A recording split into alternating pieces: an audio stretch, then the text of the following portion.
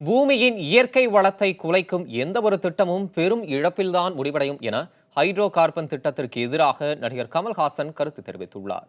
நெடுவாசலில் hydro carbon திட்டத்திற்கு எதிராக மக்கள் போராடி வருகின்றனர்.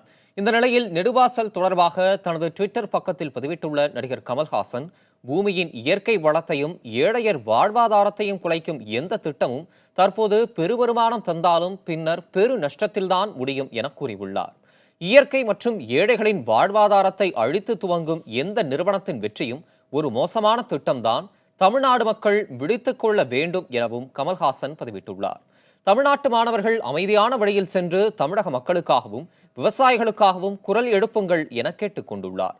புதுச்சேரி முதலமைச்சர் நாராயணசாமி ஹைட்ரோ கார்பன் திட்டத்திற்கு எதிராக தெளிவான நிலைப்பாடு எடுத்துள்ளதற்கு தலைவணங்குவதாகவும் கமல்ஹாசன் கூறியுள்ளார். இயற்கை அனைவருக்குமானது, தனி மனிதர்களின் பேராசைக்கானது அல்ல என்ற காந்தியின் கூற்றை குறிப்பிட்டு நடிகர் கமல்ஹாசன் ஹைட்ரோ கார்பன் திட்டத்திற்கு எதிரான தனது கருத்தை பதிவு செய்துள்ளார்.